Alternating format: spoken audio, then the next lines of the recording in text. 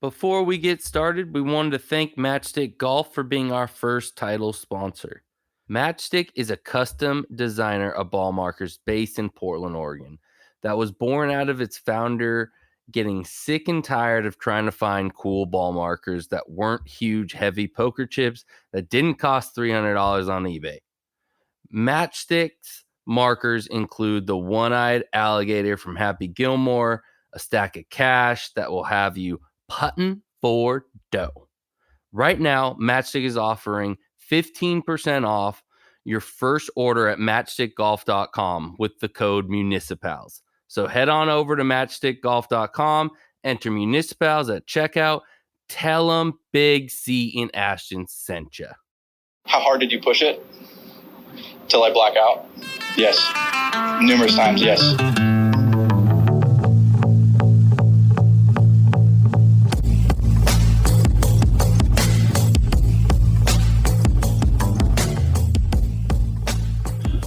What's happening, MuniciPals? This is Ashton and not Big Chris. I'm here with my new buddy, but good buddy, JD Lindert. JD, thank you so much for joining, man.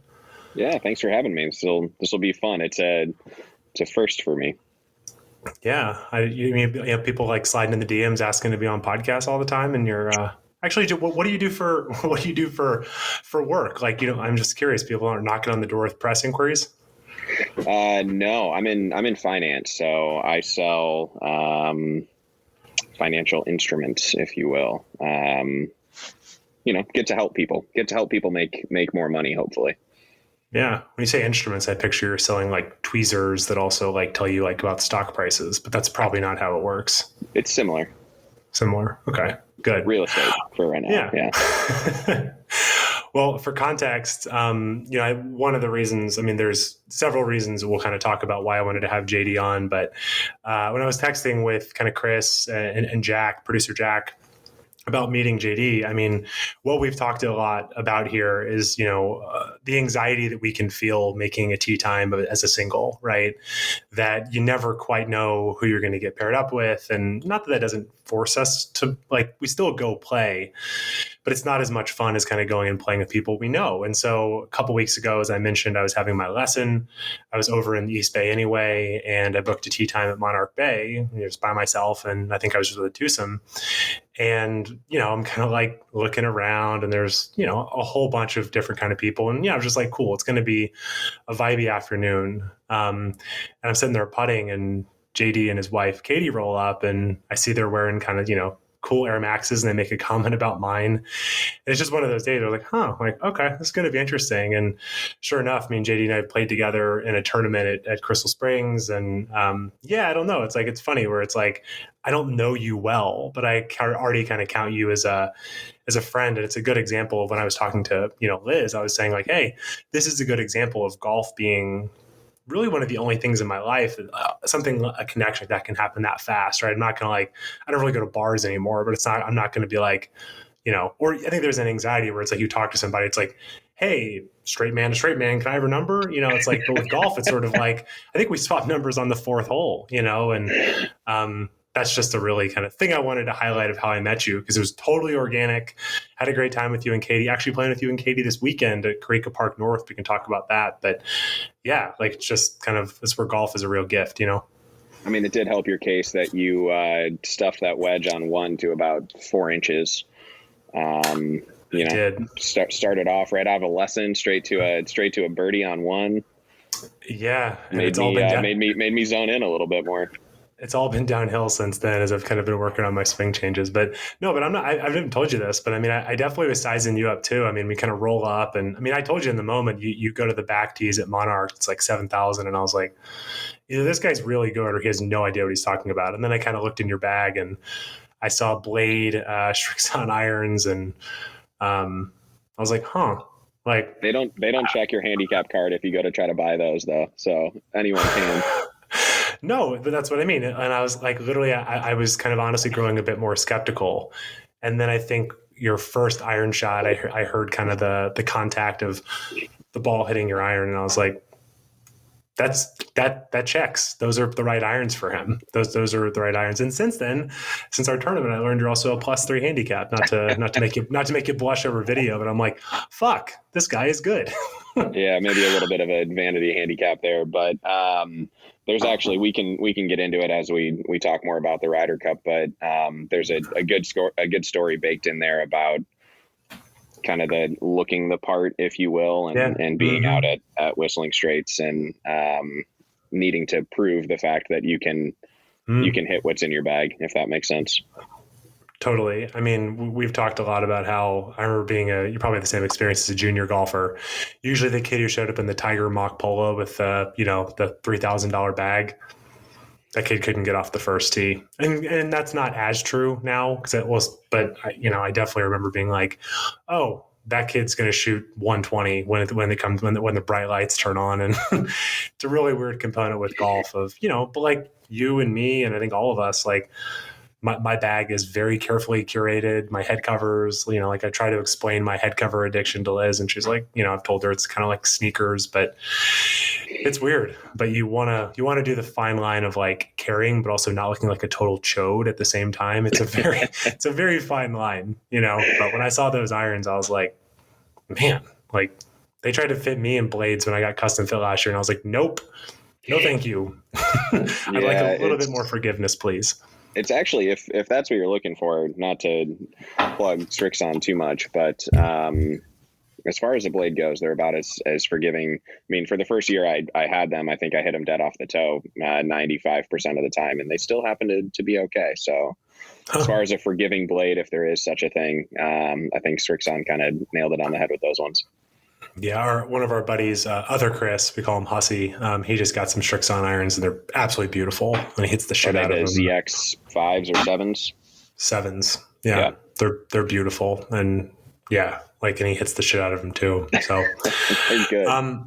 So as you mentioned, you kind of buried the lead. Wanted to have you on because you were recently at the Ryder Cup. But before we dive into that, for new guests or even recurring guests, people are going to hear your voice. But I think what always kind of helps people understand is kind of the state of your game. It's not like more of like, what's your handicap? What do you shoot? But more around like, what are you working on? Like, are you working on something? Are you playing a lot? Are you kind of in the lab? Just to kind of give people a sense of who you are as a golfer, or just kind of like what you're doing right now. Because obviously Chris is still in his like playing 9 days a week craziness, and I'm like barely playing at all, doing fucking T-spine stretches to help with my hips. So what kind of phase are you falling in right now? Yeah. Keeping Katie engaged, I think, is the biggest one. My wife really started taking it up more seriously when we met, and it's been a lot of fun. I grew up around teaching and taught for a little while myself. So being able to scratch that itch for me is a lot of fun. In my own game, as far as I love working on the short game, I can only hit balls for about maybe 15 or 20 minutes before it just gets monotonous to me. I can throw headphones in and listen to music and chip and putt for 3 hours.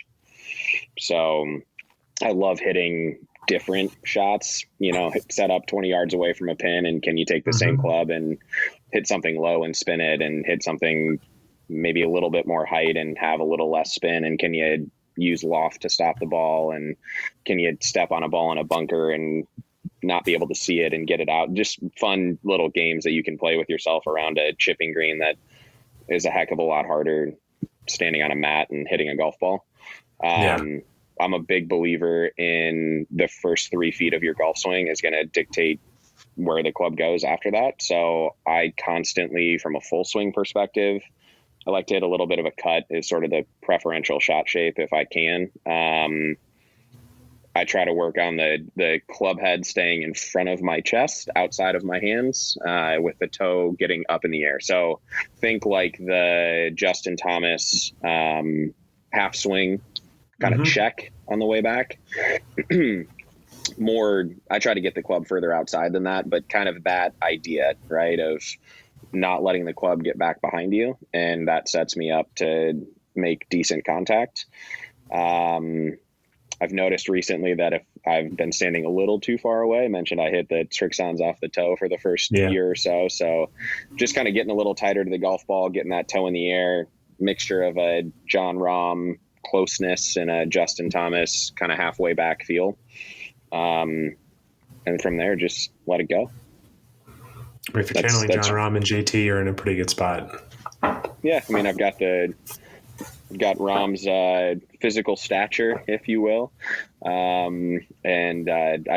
think that generally speaking, I tend to play with too shut of a club face, and I don't have enough flexibility to do that. I'm not Dustin. So getting that club face up lets me use my lack of flexibility and kind of throw my arms at it and still hold off a cut.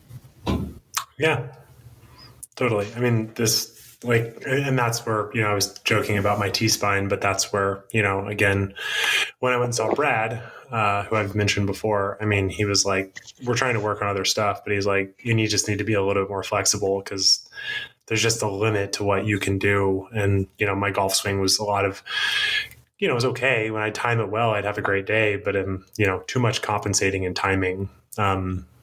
But I think that, to your point, if you know there's a limit to what you can do, being able to, create situations where you're able to compromise in a way that works, like, so be it. And the thing is also, if you're knowing you're doing it, that's a lot different than like I had, than not knowing, or your body's reacting reflexively. The fact that you kind of know where your gaps are and you're like, cool, I'm actually okay to kind of, put wallpaper over this as opposed to repaint it. Like, that's okay. Yeah, I'm not. I mean, I've hit a lot of golf balls in my life. I know what my tendencies are at this point. So having a background in teaching, but predominantly club fitting, being able to diagnose things based on shot shape or miss, if you will, is pretty powerful. So generally speaking, if you have a miss one way or another, whether the ball starts right and goes right, starts right, goes left, starts left, goes left, just the general ball flight principles. I know what my tendencies are to cause those. There's only a few, right? I tend to get the club a little behind me, the club a little shut, and I tend to get out in front of it on the way down. Sometimes when I lack confidence, I don't turn enough and just kind of pick the club up with my arms. Those are really the things that I fight on a round by round, shot by shot basis. And if I can get the club in a position halfway back that allows me to turn and mitigate some of that, then I tend to hit it okay at very least. And I'm not someone that puts in, I don't have the time to put in to spend hours on a range. I also don't have the desire to do that, to take that to the next level, if you will. I have actually been thinking about going in. You mentioned Brad, and going and seeing him. I just want to learn how to hit a draw with my wedges. I for some reason, I can't hit anything other than a kind of fall right. I wouldn't even call it a cut, just sort of a fall right motion. And if I get into a left to right wind, which I noticed at Monarch when we started playing there, because that front nine, you turn towards back into the wind and it kind of quarters off of the bay. Just punches you. You have to hit draws that hold into the wind. Otherwise it just keeps going right and you can't aim far enough left. So that's probably the next thing that I'll get to at some point in time, is learn how to hit that kind of low, punchy draw with a wedge. Yeah, totally. And I love to, I mean, the focus on short game. I mean, so many things are fixed when you can get it up and down from anywhere, So, I mean, I think that it's a good reminder to all of us, to me, to all of our listeners, like, if you have 30 minutes, like, unless I'm like you, it's funny that I'm spending all this time hitting golf balls because I hate hitting golf balls, hate doing it.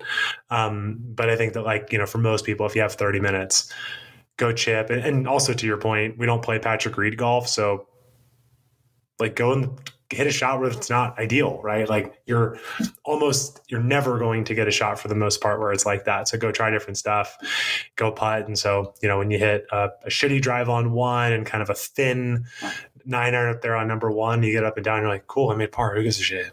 There's no pictures on the scorecards, right? Right. Yeah. Well, that's also one thing, just, you talking about Katie. I mean, for me, like, as a playing golf my life like you. I mean, I haven't done it. I haven't promoted it enough, meaning I have not taken her to the range enough. But I know that like seeing Liz with the club in her hand just brings me so much joy. So that must be kind of a really special experience for, just I was watching you guys on that Friday and just had a smile on my face the whole day watching you guys play. Like that has to be just a really cool experience. I mean, Chris, we all kind of talk about getting our partners involved in the game in a way that's comfortable and fun. And it seems like just playing with you guys that one time, you've certainly found that. Yeah, I've actually started to take some time, and when we go to the range, I don't even bring my clubs. It just gives me an opportunity to stand behind her for 20 minutes, 30 minutes. And sometimes you don't have to say a whole lot, but just be that reinforcing, encouraging voice. Hopefully sometimes she has to tell me to shut up. You're doing too much. And then what we try to do Friday afternoons, during the summer when it's long enough and we can get out there late enough, go play, 9, 10, 11 holes out at Monarch and go grab a nice dinner as our kind of date night. Yeah. And then Sundays we turn competitive and we go play the par 3 at Carica where we're playing on Sunday. And, 9 holes range from, 60 yards to 140, maybe something like that. And I give her a stroke a hole. Winner picks the dinner for Monday and loser makes it. So, love that. A fun way for us to get out. I mean, she's obviously good enough at this point. I think the first time we did it, she had me, I think, down to gross through 5. I think I was 1 over through 5 and she was 1 under. Wow. So she waxed me that round. But it's your turn to make the pasta carbonara, my man. Exactly. It's been a lot of fun. Like I said, I get to scratch an itch from a teaching perspective. She gets to continue to hopefully get better, and she really enjoys it. So it's been a ton of fun. It's a way for us to enjoy each other's company and something we both like to do. That's awesome.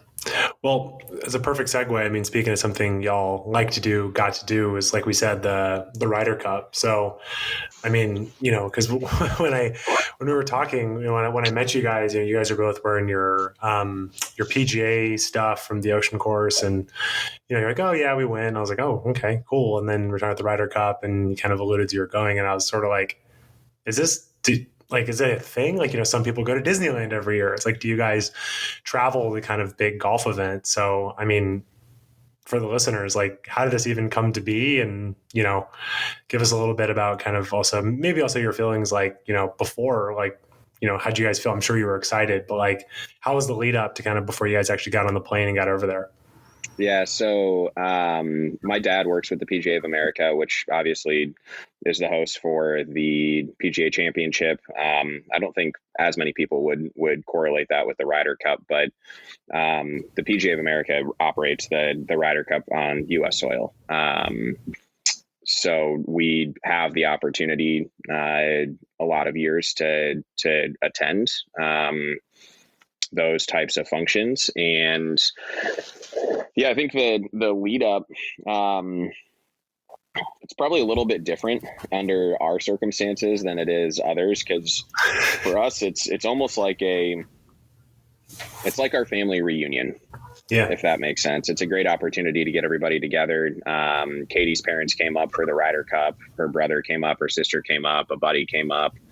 We're all from the Midwest, so pretty easy commute for everyone to get there. And if anyone's been on an airplane on the way back to a family reunion, then you somewhat understand the conundrum between going to the Ryder Cup and it also being a family reunion. There's a level of excitement. Katie was already back there. She was back visiting her family for a few days prior.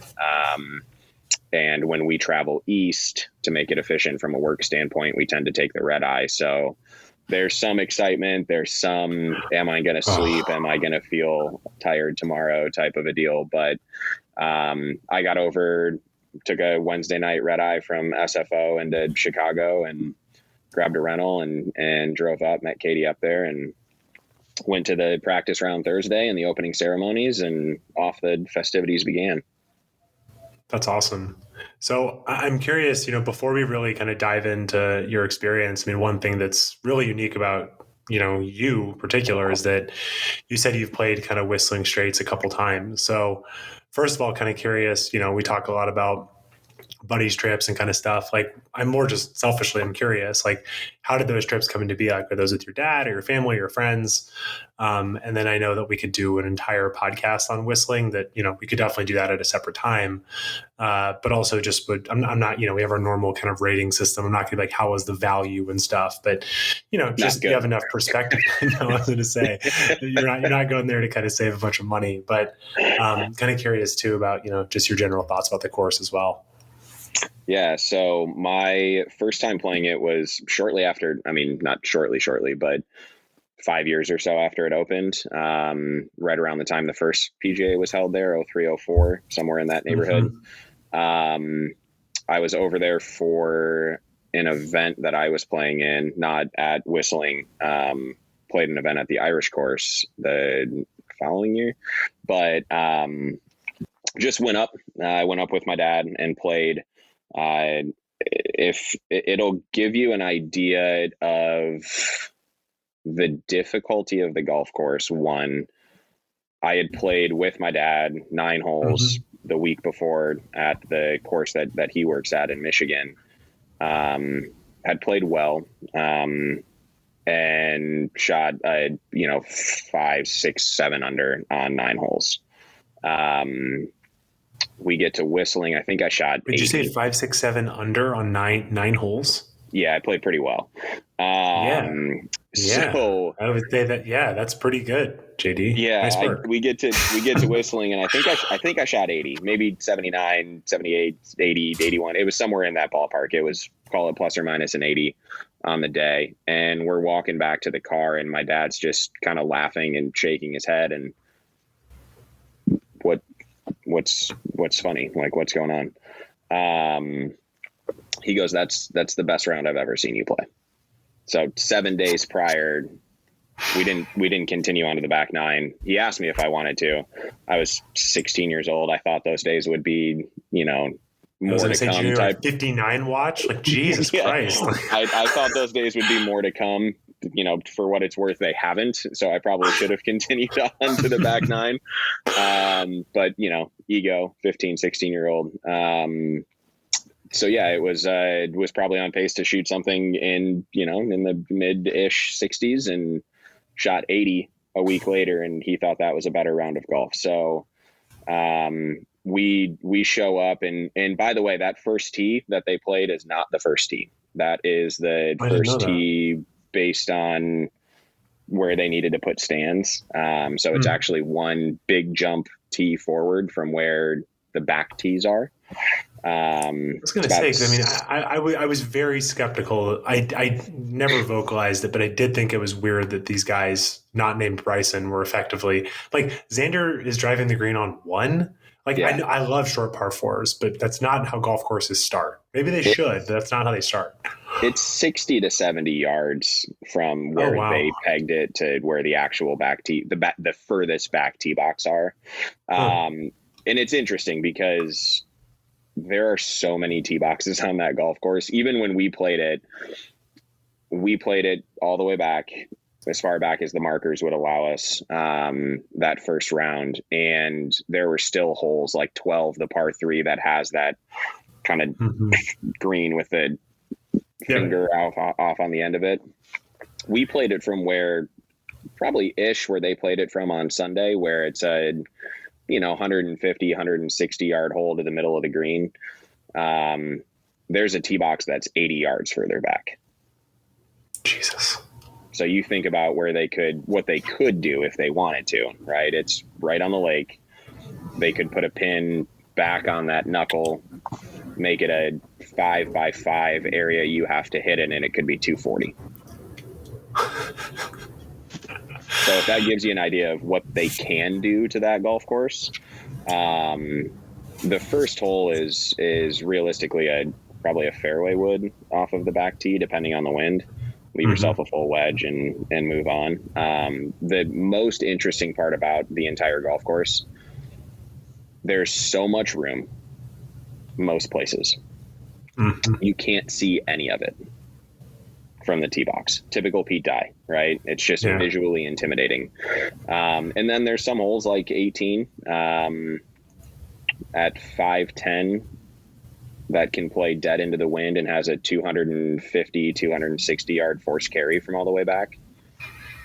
You get it on a day where markers are back and wind's into your face. And we were actually there in 03 for the PGA. Somebody we knew was playing with Daly in the practice round. Daly in 03, 20 years ago, still hits at a country mile at that point in time. Yeah. He hit 4 balls on 18 in the practice round. None of them got to the fairway. Really? That's so. If you actually, the only time I remember that, I remember hearing those stories at Bethpage, like how the guys like Jeff Sluman, like hitting it in the walking path and like losing their shit at the USGA. But I didn't know that about Whistling too. I mean, I guess it makes sense because you can't, like so many courses like that. I mean, I guess the course itself is really hard and really long, but it's sort of like, when we went to Bandon, it's like all depends on what the wind happens today. Like it's all weather dependent. It's all wind. So Bandon, not to get off on a tangent, but Old Please McDonald. That's what we do here. Old McDonald, the fourth hole. Sorry. It's a really, really long par 4. If you play it in the winter, it's dead into the fan. And I think I hit that green one time with a driver 2-iron, 9-iron. And then 2 holes later is a par 5 and I hit driver 4-iron. So it's just, you just have to flip it in your mind of, okay, this says a 4 on the card. It's really a 5 and vice versa. But what happened in that PGA in 03, 04, all the players came in and in the press conferences, they all said how impossible the golf course was. You can't play it. I mean, if Daly can't get to a fairway and it's a force carry and it's a lost ball, how is anybody going to play this? Like, are we going to hit pitching wedge to the forward tees and hit a 4-iron and then a 9-iron? Like, how are we legitimately going to play this golf course? Yeah. So the setup on Thursday moved everything forward, basically saying, okay, we can't have that. Let's move everything forward. Vijay Singh goes out and shoots 63. Of course. I think 8 under, 9 under got you into a playoff. So, the cooler heads prevailed and it ended up being a great golf tournament. But the golf course is completely wind dependent. It's exactly the link style that Pete Dye was commissioned to build. It's a fun golf course, but it is unrelenting. And if the wind's blowing, you will walk off that golf course as tired as you've ever been. Yeah, I bet. Well, it's funny that even just thinking about the 03 PGA, I mean, this is not a recap podcast, but I mean, I remember listening to the Shotgun Start. They were talking about this was before the PGA at the Ocean Course, but I did not remember this. But the year they were there at the Ocean Course, I forget what year that was when Rory won. That Thursday was the highest. That Thursday or Friday round was the highest scoring round ever. I think they had more guys shot 90 than broke par. And actually, to use the same name, Vijay Singh was one of 2 guys under par and held the early lead. But more guys shot 90 than par. It was the same idea, right? It's like the Ocean Course. I mean, I've heard the Ocean Course is impossible no matter what. Same idea. Like Pete Dye, if it blows, you're dead. And if it doesn't, you can get after it. But just crazy town. Like, I'm glad they moved it up though, because I mean, I guess for pros, like what do force carries really do? I guess. I don't know. That's a whole separate discussion, but force carries are a bit tough. Nothing unless you can't carry it. Right. Yeah. Which isn't fun. Like punch me in the face in other ways, Yeah. And that's one of the things with that golf course that realistic. So I played it again in 2015. I was working with Nike at the time and was on the road, and was actually with my dad again, and then another buddy. Marginally easier conditions. It's impressive to watch those guys make as many birdies as they did. Conditions were right for it, but it's still hard to make birdies on that golf course. There's a lot of wind. Even a calm day is 10 to 15. There's some shelving in the greens here and there, but I found it to be hard to putt. I didn't read the greens especially well. It's a golf course that you can make a lot of pars on, generally speaking, if you know where to kind of bail out. The problem is it's really hard to make any birdies. So trying to shoot anything that's below a 75, 76, 77, you just don't have a lot of margin for error. Yeah. Unless you're the best players in the world, in which case they make more birdies. I mean, John Rahm looked like he was on a pitch and putt, at least for those first couple of days. It was like, okay. I mean, this is not, I think I watch those guys play and often think, I will never forget, like, my buddy Nick, who we're going to play with on Sunday. I remember vividly, we were watching we were watching the Dell match play this year. Billy Ho, the town crier, versus Scotty Scheffler.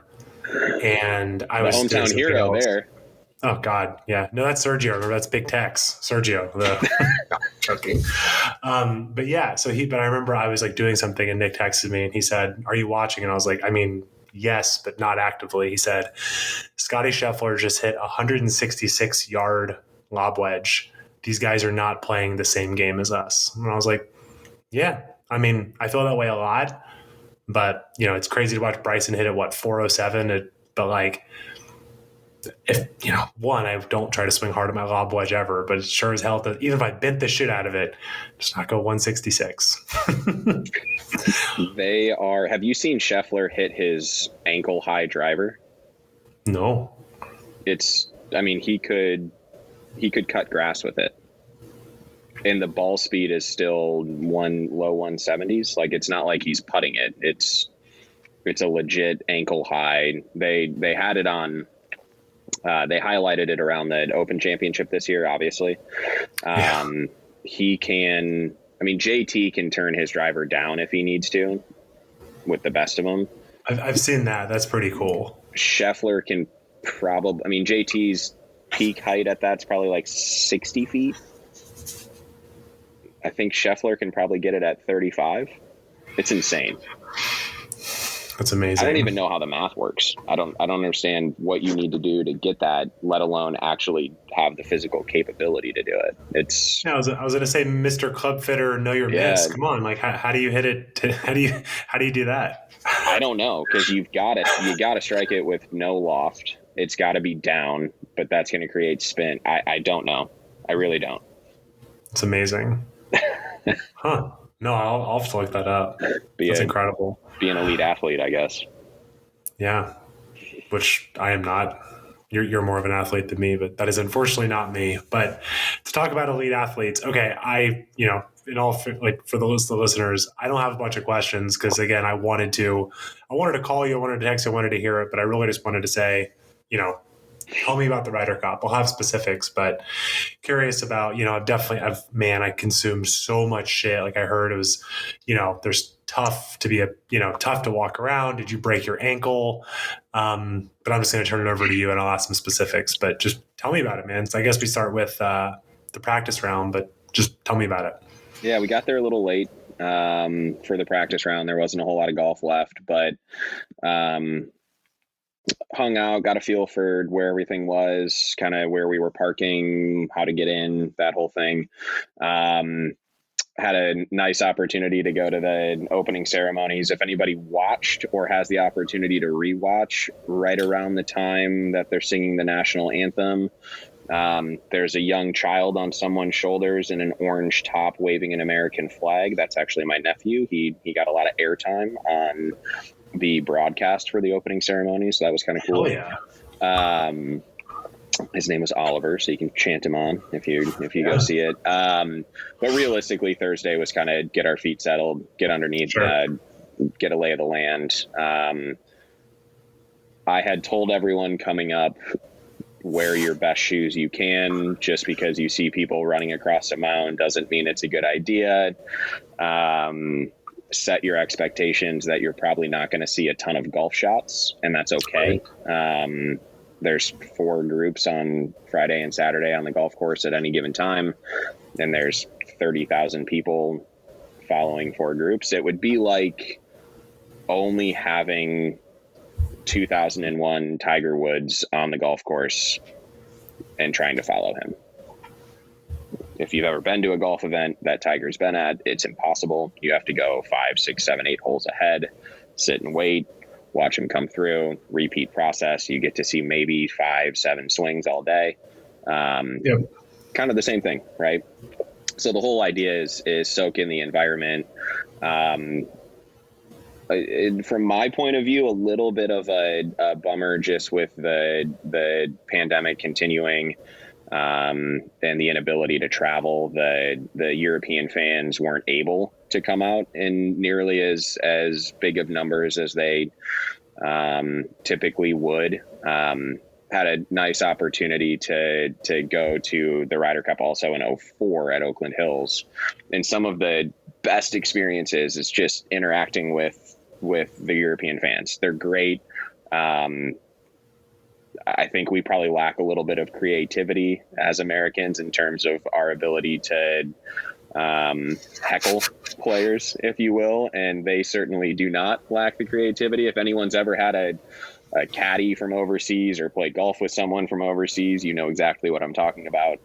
And same type of deal. You sort of miss the fun-loving ribbing, I guess, if you will, that goes back and forth.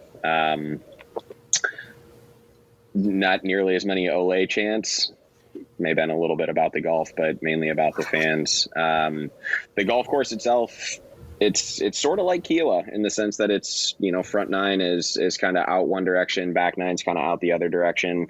So tough to get too much golf or go far enough out or see the whole golf course. It's a big course. It's tough to walk. But the atmosphere was cool. It was neat to see fans again. It was neat to get the USA chants. We were near the first tee, most of the tee shots, and seeing the Europeans take their swings and the American fans do the as they swing through. Paul Casey got us really, really nicely on probably Friday or Saturday. Had made a couple of swings, got everybody ramped up, and then took a swing to the top and stopped. And of course, everyone goes, and pointed them out. But, great experience, very cool property, big, expansive property. But a different vibe. If you have an opportunity to go to the Ryder Cup, I think it is top 5 golf experience you can have as a spectator. I'd put the Masters up there. I'd put the Open Championship up there. I don't need to rank it per se, have your own experience and figure it out, but it's worthwhile to go and feel the vibe of almost what the Olympics are, I think, to other sports. I don't think the Olympics in golf are really what it is to, say, swimming. But the Ryder Cup certainly has that opportunity to represent your country and have the camaraderie that goes along with that.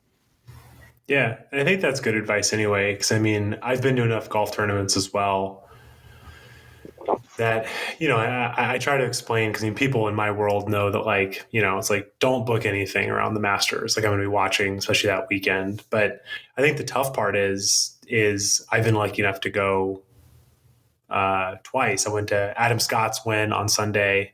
Come on, Jose. Oh God. Yeah. And Adam Scott has been like my favorite for a long time.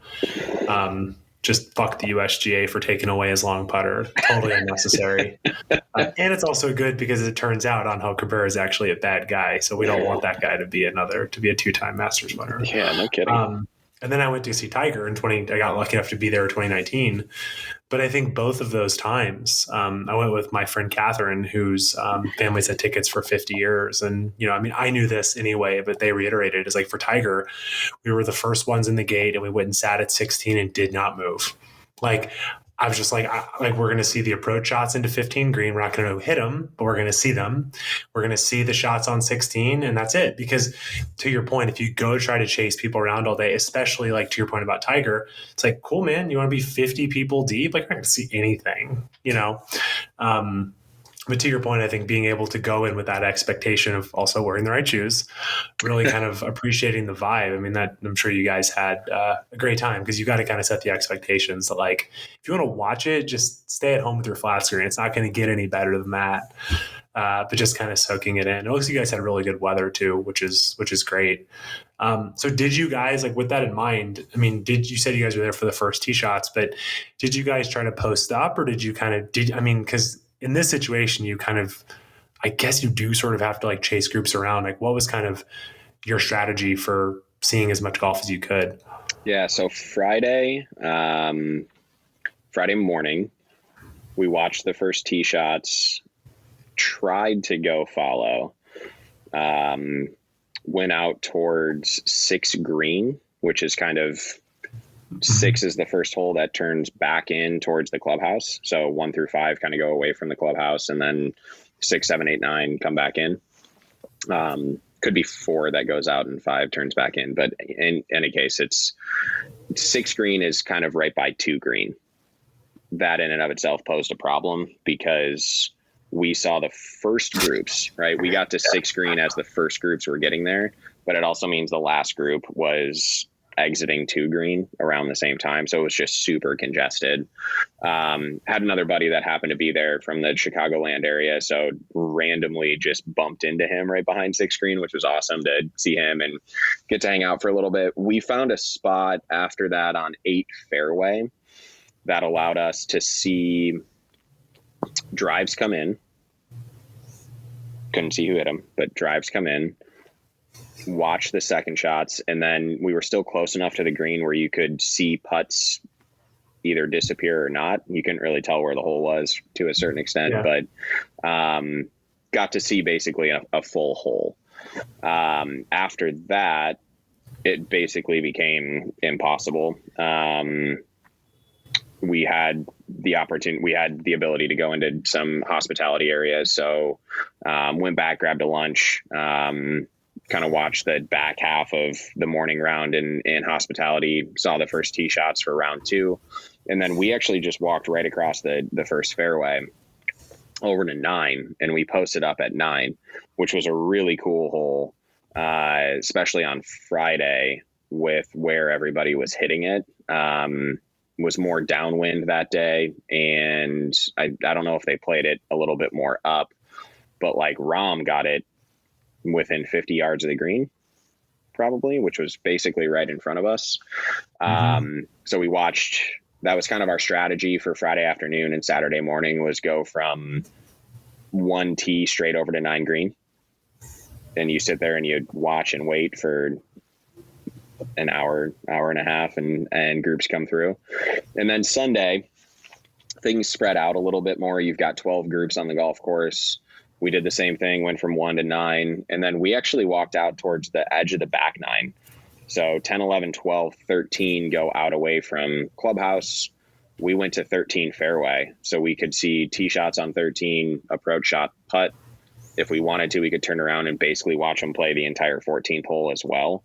And it was far enough away from the clubhouse, to your point of wearing shoes and rolling ankles. They had a first aid tent that was out there, and there were droves of people that you could tell that just got taped up from rolling an ankle or what have you. And that's after having a few majors there where they capped some of the mounds and decreased some of the ridges, where from a golf standpoint, it really doesn't change anything. But from a spectator standpoint, it certainly does. So we maneuvered around a little bit, had an opportunity to get out and see a little bit more golf on Sunday, but by and large, the best place to go, if you ever have an opportunity to, find a triangle, find an area where there's 3 grandstands, find an area where there's a green, a tee, and a green, something like that, within 150 or 200 yards of each other, and you'll catch some chants going back and forth. You kind of get the whole atmosphere and vibe at the same time. You can see a couple of different golf shots here and there. Whistling's just really, really hard to do that, with it being a kind of 2 out and backs and massive mounds in between. Yeah. I know it's funny you mentioned like 5, like kind of 5 going away. I mean, there was definitely people who I saw behind the tee box at 5 watching, and I was like, after JT hits this, like, where are you going to go, man? Like, I appreciate the hustle, but like, you're probably exhausted from walking 1 to 5 through the mounds. And like, what's the game plan after this? But I don't know. It sounds like you guys did it right. Couple other things. I'm curious. So you mentioned number 1. Again, I listen to a lot of golf podcasts. I've heard the first tee was awesome. I've heard the first tee was overrated. I've heard there was juice. I've heard there wasn't. There's been a lot of people ripping Zach Johnson for being, or the fact that Zach Johnson is the hype man. I hate Zach Johnson. Just like if you mentioned you're from Cedar Rapids, Iowa. Cedar Rapids. Oh my God. It's Zach. Your face looks like it's made of silly putty, and we don't fucking care where you're from. I have a question. I actually have a question for you. Let me flip this around. Wow, I didn't watch most of the broadcast, but I know you're a big Paul Azinger fan. Did you get Zinger for the broadcast or no? Well, JD, let me tell you, I was sitting here and I was drinking my beer, and it was just, I kind of felt the need to hang out here. And so I just, there was so much pressure. I couldn't even spit, I couldn't even spit. There was so much pressure. And I mean, just, I've never had anything experience like just kind of pressure before. So, just that kind of pressure is really tough.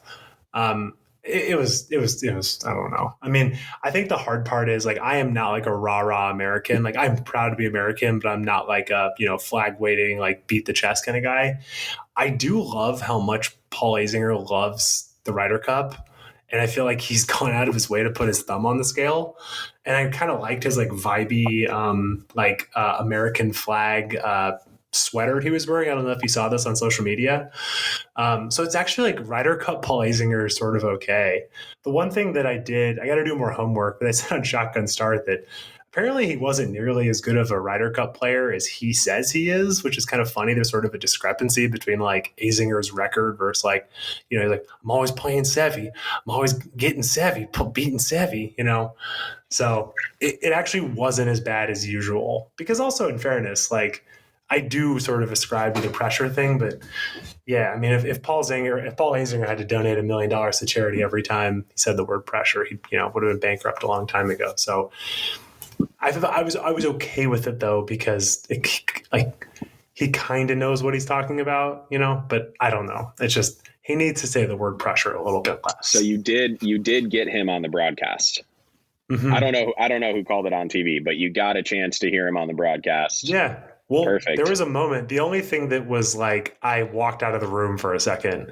There was a moment that Faldo and Azinger were both on the broadcast at the same time. And I was like, this is too much. Like, this is like, Santa Claus is meeting the fucking Easter Bunny. Like, what is this? Like, I feel like we have to try to do something now where if it's a, forget retaining the cup, right? If it's 14-14 at the end of Sunday, if they're gonna cross guys like that, can we do like Azinger Faldo as a cutoff or something?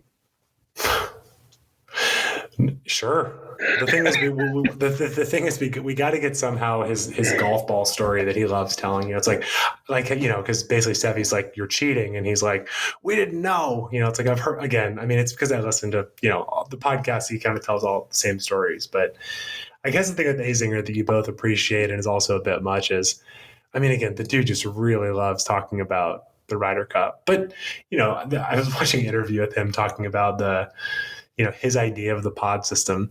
He acts like he invented the iPhone, or the internet. It's like, yeah, dude, like, you made a team of 12 3 groups of 4. Like, it's not like you invented the fucking internet or like you found like a pacemaker. You know, And also, you said you watched. I still don't understand that groups of 4. I almost feel like that makes it more difficult from an interchangeability standpoint with 2 formats, right? Like I loved what Stricker did, sticking to his guns and sitting Bryson for foursomes, right? Like, Yeah, totally agree. Bryson in 4-ball is a weapon. Yeah. Bryson in foursomes could be a weapon, could be a liability. Who knows?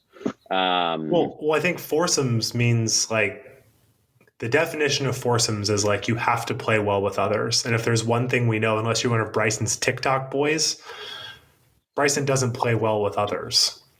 Well, and he also just hits it in spots that are different. And it's not, that's not even a knock. It's just he hits it 30 yards further than everybody. So you're naturally going to be in different spots. Plays a different ball flight. Guys like Harris English are really good for foursomes that keep it in front of them, kind of average, right? Average tour pro is really, really average, not even tour pro, average top 20 player in the world is really, really good at what they do, which means he is extremely consistent, puts it in front of them, really doesn't do anything extraordinary one way or another. That's the type of guy you're looking for in foursomes. The one caveat to that is maybe Spieth, that you just feel like even if his partner puts him in a bad spot, he's going to get out of it. Yeah. Well, and when you've got, Pip Thirst Bucket Thomas, who's just needs to hit the first shot so that he can be that guy. Like, that's kind of what happened. Like, I don't know. JT was just what he did in the last 36 holes of the Players Championship is unbelievable. And I think about that a lot. I was watching every shot of that. But JT just hasn't played very well in the last couple of years. I don't know. He hasn't. I was a little surprised that they had him. The JT Spieth pairing with JT teeing off the odds. It didn't make any sense. It made zero sense from a planning standpoint. None whatsoever. I really think, and this is not my take, this was Andy from Shotgun Start, but like Andy said, he's like, this goes back to kind of the Pip Thirst Bucket Thomas. He's like, I think Justin Thomas just wanted to hit the first tee shot, which is like, okay, but like when you... That's like Patrick Mahomes. I don't watch the NFL, but that's like Patrick Mahomes being like, I just want to start every drive from the 1 yard line so that I can maximize yards. It's like, yeah, bro, but like that's not how we're going to win today. Like that's not going to work well for us. That's not our ideal strategy. No, it didn't make it, like you want Spieth hitting in irons into fucking par threes. Ding, ding, ding, ding, ding. It's Speaking not hard. Of wanting to hit the first tee shot, though,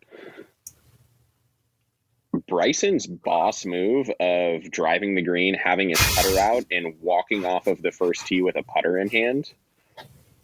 One, place was a nut house at that point in time. It was awesome. It was so I had no voice by that point. Hell yeah! I lost my voice sometime on Saturday. Work the next week was very interesting. I actually had a presentation on Thursday. And had want some financial instruments. Just regained my voice in time for it. But it was he hits the drive. It's the first one that's online all week. Everyone goes crazy. I'm chest bumping, high fiving anyone that will possibly come near me at that point in time. And then I look down and he's got his putter in his hand, walking right past us. And I look at my brother-in-law and I'm like, that's a fuck you to Sergio right there. I've got my putter. What are you hitting? Man, I will say, like, I know Bryson, I don't think he's done anything because he hasn't played, but like he'll go right back to being like the mega chode he is. But it was a good week for him. And I think that this is again a recycled take, but like it was unbelievable seeing him so much on the broadcast. He's so much less punchable with a real hat on. Like him just like being a bit of a team player and wearing a normal hat. It's like, Bryson, it's actually not that hard, just like, don't like, you can lean into this a bit, but like, you don't have to be this guy all the time. I mean, honestly, I think that a part of the reason I like the Ryder Cup is he had people pulling for him. right? Yeah. He's so used to everyone fucking hating him that, like, even at me, I was like, I'm pulling for the U.S. Like, go Bryson. I don't, And, I love it. Go Bryson? Question mark? I don't feel good about it. It's kind of like me as a Braves fan. It's like, I love the Braves, but when the Braves are doing the tomahawk chop on Indigenous Peoples Day, it makes me feel weird. It makes me feel uncomfortable. It's like, go Braves. We're doing the tomahawk chop on Columbus Day. Wish we had just a little bit of awareness. That guy's in a headdress behind home plate. He's white. It's like, oh, God, stop. Make it stop. I believe you prefer Caucasian, not 100% sure. I'm sorry. See, I'm 25% Argentine, so I'm unfamiliar with this. Argentine. Do you check the box then when you have to? Only when I was applying to college. Yeah, it's smart. My dad, when my dad took my sister to, she applied as, because we could, she applied as, Hispanic. My dad said they showed it, but like UGA Hispanic night. And it's literally like my dad, who's like blonde hair, blue eyes, the whitest, his skin is translucent. My sister, her hair is a little bit darker, but is again, like Olivia came to San Francisco 2 years ago and had a sun reaction from sitting in Dolores Park when it was 50 degrees, like has terrible skin. And my dad's like, yeah, let's just say there was only one people who looked like us, and it was in fact us. Like, he's like, I felt weird about, like, why'd you go to that night then, my guy? So, right. So now everyone listening, yes, I guess the Moss family is scummy. That's what everyone's going to be out there saying now. Oh man. Okay, so I guess let's see. A couple things to wrap up. How's the merch tent? I saw pictures. How's the merch tent? Yeah, so it's interesting. The infrastructure for those events, they're all kits. It's a company that's outsourced. I know that from a previous life. So if you've been to a PGA Tour event or specifically a major outside of Augusta, so PGA or US Open, it's probably the exact same. It's just a matter of the merchandise that's in there. The people are all the same. Nobody can seem to decipher the fact that there's a different color for walking paths versus where you stand. People just tend to stand everywhere, and you have to like get into Mortal Kombat to get to the checkout line. But yeah, I mean, overall, it was good stuff. It's a madhouse. They had a little PGA lesson tent next to it. I really pondered walking in there and trying to beat Ashton and swing left-handed. But I didn't. So yeah, I mean, the merch tent was cool. It's the same merch tent probably that's at every major golf event here in the US. Lines were actually relatively short the times that we went in, which was nice. And we tend to grab the same stuff at every event. We grab a flag. We grab one of the like dodgeballs. I don't know why, but Katie loves getting them. And then they end up with one of our nieces or nephews. I expected you to say. It's just flags, dodgeballs. They're like little, best way I can describe them. No, I know what you're saying. It's just that's the stuff I look at and I go, that's not made for golfers. Yep. Made for us. Well, apparently it's made for your nieces. It's made for us to have a really hard time to get into an airplane to go home, and it usually ends up with somebody else. It was a little chilly, so some pullovers and sweaters and whatnot. But as you would imagine, it's a lot of USA stuff. The one thing that did throw people off, the PGA made a decision not to change the logo. So if you notice that, it was still all Ryder Cup 2020. For anyone that's keeping score, it's 2021. So a little bit of a business decision there that the logo was already made, created, and a lot of that merchandise was already stamped and printed. So that was the one thing I think that caused a little bit of confusion. People that had waited and still saw the 2020 logo.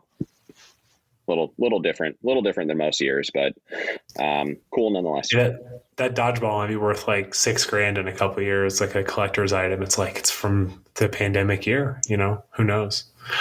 Did they let you go in the Whistling? Like, if you wanted to go buy like a Whistling Straits visor, could you do that? No, most of the stuff in the merch tent was logoed in some way with, there was a lot of stuff with Whistling Straits, but the clubhouse there is relatively small. Mm-hmm. They have to have a certain amount of infrastructure set up for players. Yeah. It tends to default towards clubhouse and locker rooms that are already there versus pop-up stuff. Sure. So the clubhouse was not accessible to me, at least. Sure. Okay. And then I know you said you had lunch, kind of corporate hospitality, but either Ryder Cup or otherwise, like, what's something good you ate or drank? Like, because I know it's with Sheboygan, right? So I know, in my dumb ass, I'm like, sausages and cheese and beer. But like, did you eat anything or drink anything where you're like, that was really good? Yeah. So as I mentioned, my family's from the Midwest. We're Packers fans. So we, up in that area, Green Bay, Sheboygan, Manitowoc type of location, if you will. We actually stayed at a resort that was a little south of Whistling that we've stayed at for Packers games in the past, called Blue Harbor. And just off of, actually basically right on property, just across the street, there's this Italian restaurant called Lino's. So we had dinner there Thursday night, with my family and Katie's family. It's phenomenal. In fact, I heard that if you had called in within like a month of the Ryder Cup looking for reservations, their voicemail basically said, if you're calling about reservations for the Ryder Cup, we're full. Wow. Like a month in advance. And you wouldn't expect it. It's Sheboygan, Wisconsin, Italian restaurant. Lino, the guy that owns the place, is from the Amalfi Coast. He's actually, he shut down in October to go home for a month or 6 weeks. It is authentic. And it's very good. So if you're ever in the area, go stay at Blue Harbor, go to Lino's. Yeah. No, I mean, at some point we definitely need to get up there. So, I mean, I'll definitely be asking for reminders, but that's good. Because, I mean, I think that, I don't know. I mean, I love golf trips and stuff, but like if sometimes I feel like we've done budget golf trips where it's like, I by the fourth day, I'm like, dude, I can't eat a McGriddle for breakfast again. Like I need something that's kind of like some semblance of real food. So you guys are my type of people, though. I know you like breakfast burritos. Oh yeah, for sure. And there's some golf courses that have done them really, really, really, really well. Breakfast burritos are always the right decision. But like sometimes when we're just going through Waffle House, like without being too graphic, like, you're like on the fourth hole of like your morning 36 on your fourth day. And you're like, okay, I need to borrow Chris's cart because I'm not going to make it to, my fairway, the next fairway because of the McGriddle. An emergency. Yeah. Yeah. So before I get you out here, you told me a story about fitting in at the Ryder Cup at the beginning. Fitting in, dress code, something like that. You have to tell me the story. Remember? We were talking about like looking the part, you said? Oh, I gotcha. Yeah. So not even for the Ryder Cup, just going and playing golf, right? Okay. I thought this was Ryder Cup specific. No. So we were chatting about, I think you looking in my bag and seeing blade irons and having to hit those, right?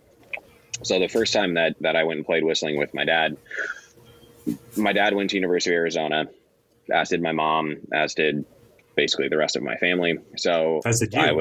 As did I. So I was an Arizona fan as a kid, had an Arizona golf bag that actually matched my dad's golf bag. We had the same irons. We had this, it was like matching set, right? It was like a Dr. Evil and Mini-Me type of situation. The caddies at Whistling Straits, double bag. Put yourself in the caddy situation, right? He's got two bags that look the same, that have the same golf clubs in them, right? and you got two guys saying, we'd like to go to the back tee boxes. And the starter's like, I don't think that's a good idea. Do you know how hard this golf course is? Okay, he's a pro. I'm a kid, but sure, if he says I'm okay, then I'm okay, right? So we get out there and we hit a couple of shots, and the caddy that we had, awesome caddy, by the way. He kind of looks at us and he was like, I was a little skeptical at the start, but then I checked out your guys' irons, and the wear pattern was a little bit better. But he told us the stories of, like, you got guys that show up and they've got brand new Mizuno blades in their bag and they're all kitted out and they look the part, and they show up and they want to play the back tees, and right off the first tee, they top the first one. They want a breakfast ball and they lay the sod over the breakfast ball, and then they move on and they proceed to shoot 160. And this kid's got to seed 320 shots between two bags and then has to go do it again in the afternoon. So it was an interesting kind of my first experience in the, again, you don't have to show your handicap card to buy a set of irons. So that was I think that was the story you were alluding to. Yeah, no, totally. Well, I'm curious, and then I'll let you go because I don't kept you too long. But what do you think? We've talked a little bit about how we think that.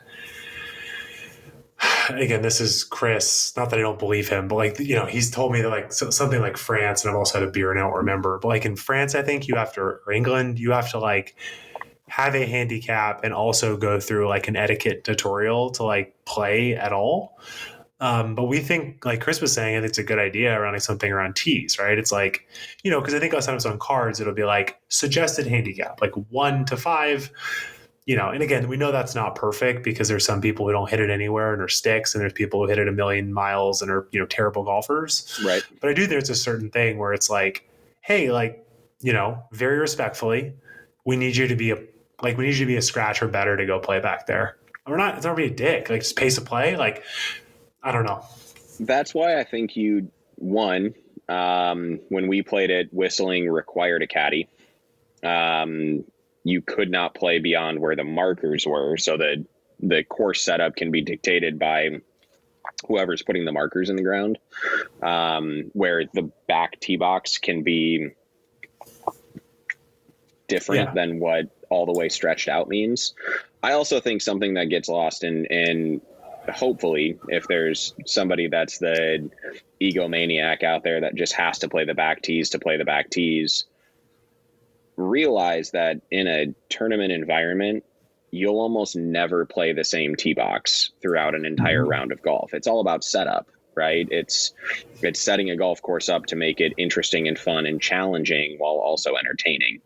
And I think we can do the same thing, where just because you want to play a tee box, blacks, blues, whites, whatever, to use kind of traditional terms, that doesn't mean that maybe a hole's more fun playing at a tee box up.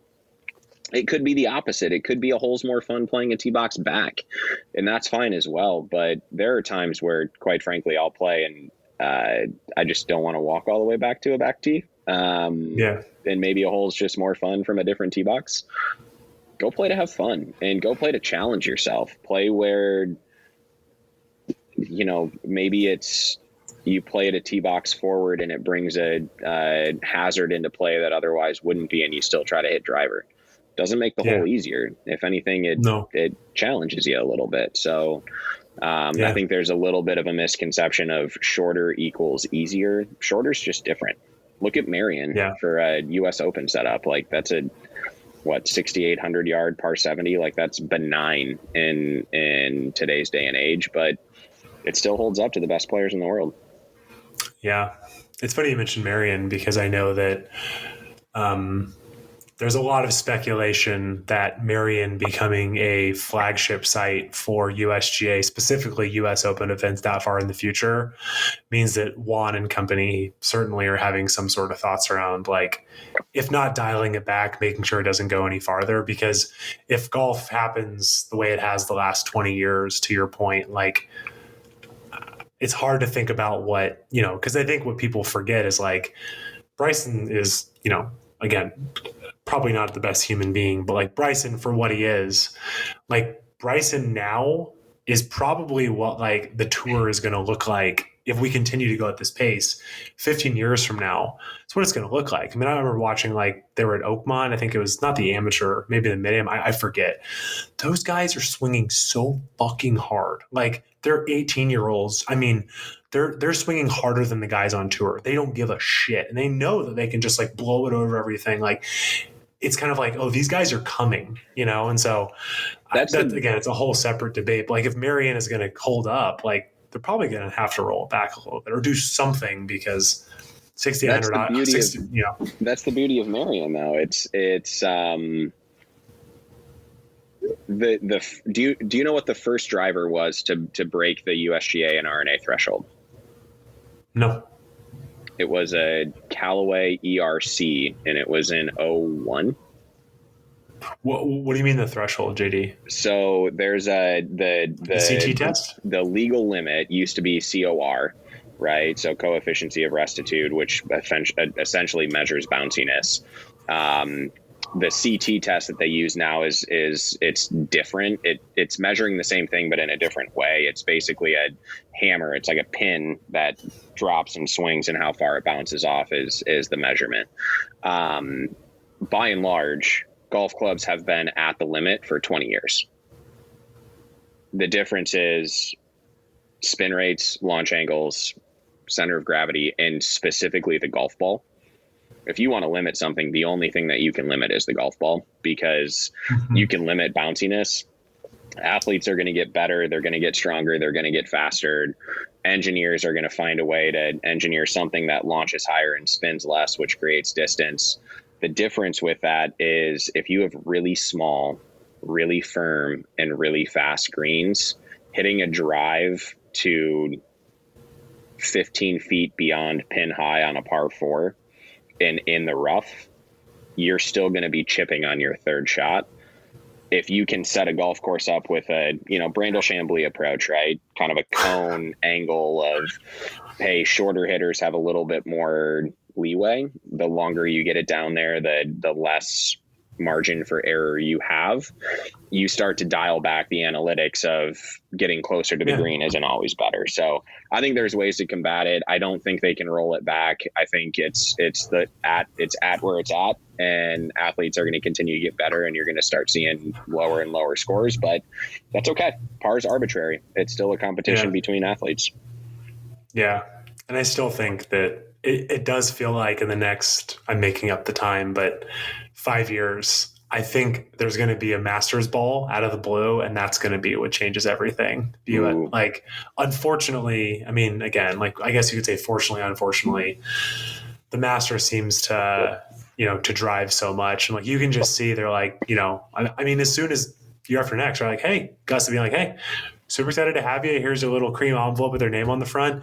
You're going to be playing this golf ball. We'll give it to you ahead of time. But if you want to come play this, you're going to play it, and the USGA is going to go, fuck. So are the manufacturers, because they're going to say, you need to give us that ball so I can stamp a Titleist or a TaylorMade or a Callaway on it in some way, shape, or form. Because think about Tiger's chip in on 16. It's the best marketing for Nike there's ever been. Right? Still didn't work, but nonetheless, yeah.